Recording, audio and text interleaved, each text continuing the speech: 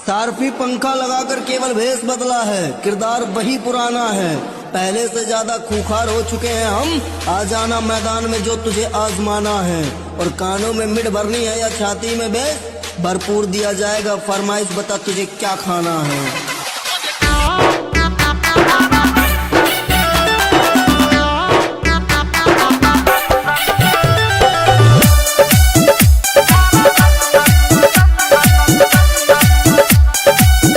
DJ Durga Nishad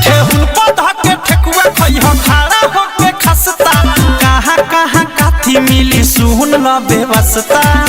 Durga Nishad दी art. Dhoripur में पान खइह, जोबनपुर में नसता, मोहन कला ताजा राजा कहट जाई रसता।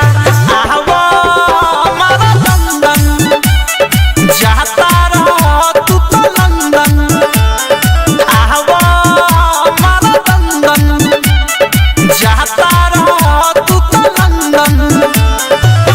डीजे दुर्गा निषाद, गांव ब्राह्मणदारा, जिला फतेहपुर। म्यूजिक बाय विकेश भोजपुरिया।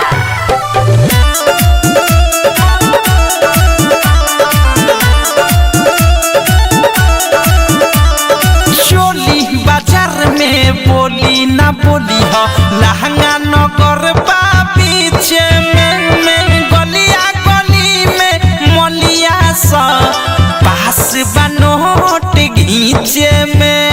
दुर्गा निषाद दी आर्ट। अरे चोली बाजार में बोली ना बोली हो, लहंगा नगर बा पीछे में गलिया गली में मलिया सा पास बनोट घींचे में। झूलापुर रसगुल्ला खइह, सायापुर सब पापड़ी, महलपुर में मिश्री मिली सोट के खइह बाबरी। लालीपुर में घूमे सब छौरी खाली लाबरी, जाए के बेरी खालो हो जवानी के मुर्गा बहरी। आवा हमारा लंदन जाता रह तू तो लंदन, आवा हमारा लंदन जाता रह तू तो लंदन।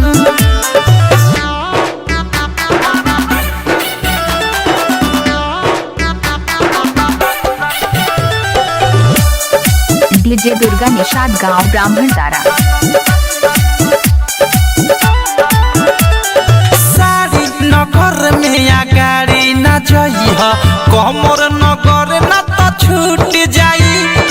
जांग नगर में धांग के मारी, ए राजा मुहरा उर फूट जाई। दुर्गा निषाद दी आर्ट। सारी नगर में आ गाड़ी न जइह, कमर नगर न तो छूट जाई।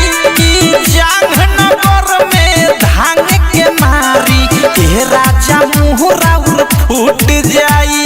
पेट नगर में लेट न करिह, लोगों हाके ढीठ बा, आगापुर से पाछा अइब चौक एगो पीठ बा। राइतो ठारू अवधेश फरियाद जदी चीत बा, चुमा लेके देखई मिठाइयों से मीठ बा। आवा डीजे दुर्गा निषाद। जाता रह तू तो लंदन, आवा हमारा लंदन जाता रह तू तो लंदन।